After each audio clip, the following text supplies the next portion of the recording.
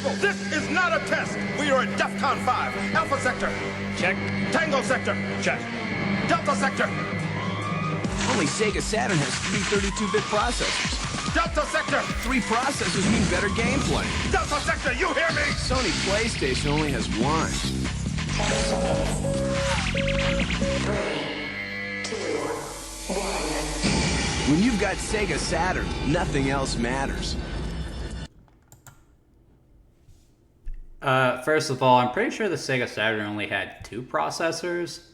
And in addition to that, the fact that the PlayStation only had 1 made it easier to program for. So, yeah, it's not working, Sega.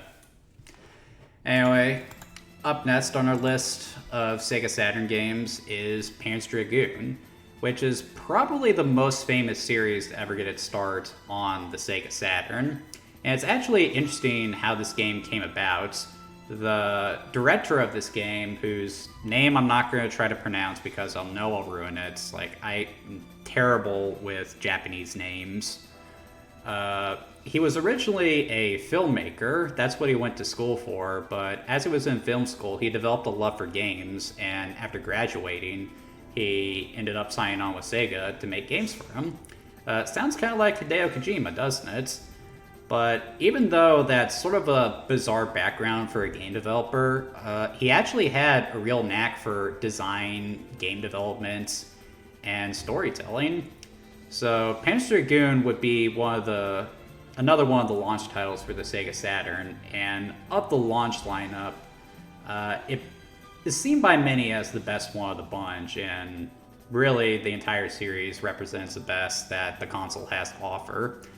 So the story of Panzer Dragoon tells the tale of a dystopian future where humanity developed a biomechanical weapon system that was intended to safeguard the entire planet, but it eventually evolved to the point where it could no longer be kept in line, and it pushed humanity to the brink of near extinction, causing them to revert to a more primitive state.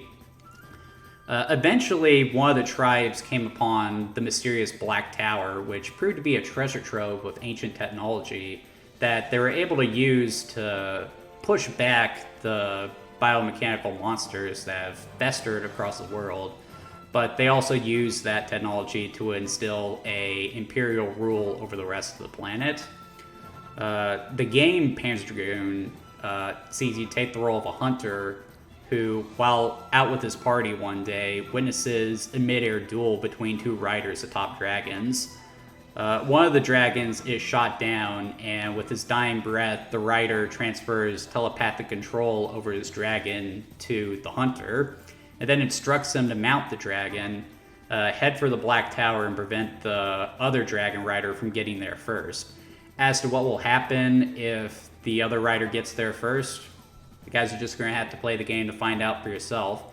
So, I love the world of Panzer Dragoon Saga. It's like a combination of Mad Max, medieval fantasy, Dragon Booster, and all kinds of different stuff. And it's wholly unique, like just the way the technology looks to the way the dragon is designed. Like, it's something all its own. And it's thankfully brought to life with a lot of competency with the Saturn's hardware. Now, as I said in the intro, the Sega Saturn was notoriously bad at 3D graphics, and a mistake that a lot of developers made when they were making games for the launch lineup was that they didn't have the final specs of the Sega Saturn, so they essentially had to guess, and what most of them ended up doing was overestimating the console and having to scale back what they had made. The team behind Panzer Dragoon had the sense to actually underestimate the console specs, like keep the graphics and everything as simple as possible, and then once they had that, they could scale up, which is why Panzer Dragoon Saga looks as good as it does. Now, that's not to say that it stands shoulder to shoulder with the best of the PlayStation, or especially the N64, but you have to admit, this is borderline black magic what they were able to achieve here. And it also helps that the gameplay loop of Panzer Dragoon is really simple as well. It's in essence just a on-rails flying game, no different from something like Star Fox. You control the dragon who flies along a set path, and you basically just steer him around any hazards while shooting down enemies. You have a rapid-fire laser gun and a charge shot, which you hold down the button, you paint targets, then when you let off, the dragon will take out any enemy that you painted with its breath, like a lock-on missile launcher, which is really good. In addition to that, you also have to worry about what's coming from the sides and behind, in addition to what's coming forward, and you do that by rotating the camera with the shoulder buttons. It actually makes for a really fun and addictive game, and it still holds up pretty well because of how simple it is. The only real complaint I have with it is that rotating the camera is a little sensitive because of how easy it is to activate the shoulder buttons on the Saturn. Another issue I have with the original Panzer Dragoon is that it's hard and it's also short. So the game was made with arcade sensibilities, so you only have so many credits, and once those credits are out, you have to go all the way back to the start of the game. And it can be tricky to take down all the enemies without being shot down yourself. But once you get it down, you can basically finish the game anytime you want without much trouble. There is a hard mode you unlock if you finish the game, but, you know, once it was finished, I was pretty much satisfied with what it had.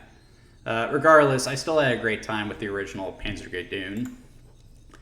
Panzer Dragoon would be very successful, and it would later be followed up with Panzer Dragoon 2 Zwei, or Zui, or however you pronounce that word. I'm not sure why the Zui was necessary. What's wrong with just Panzer Dragoon?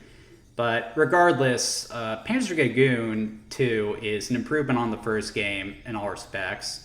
The game is longer, the gameplay is more varied, there's a greater sense of progression with upgradable dragons, and there are branching paths too, a la Star Fox 64, which is a good move. The only thing that it doesn't have on the original Panzer Dragoon saga is the soundtrack, which, oh man, Panzer Dragoon has a great soundtrack. The music is still good in Panzer Dragoon 2, but not anywhere near as good as the first game. How they actually did the music for the first game was because of the on-rails nature of the game, they were able to basically pre-render a little video of what would happen in the game and then send it to the composer, who basically composed the music to match the beats of the game, and he did an amazing job. Panzer Dragoon 2 was actually developed simultaneously with another game, and it would probably be the very best game on the Sega Saturn, and that's Panzer Dragoon Saga. So this is a game that has sort of become legend in video game circles, mostly because despite being hailed as one of the greatest video games of all time, very few people have actually played this game. It came out at the very tail end of the Sega Saturn's life cycle, so by then, no one was around to play it. It's evidenced by the fact that when the game landed stateside, they only had 2 people to localize the game, who thankfully put their best into it because they recognized the quality and they were sad that so few people were likely going to get to play it. And very few people did. I think less than 100,000 copies of the game were made, so it's become one of the rarest games out there. Like, it can go for a 5-digit figure if you're looking for a complete in-box set.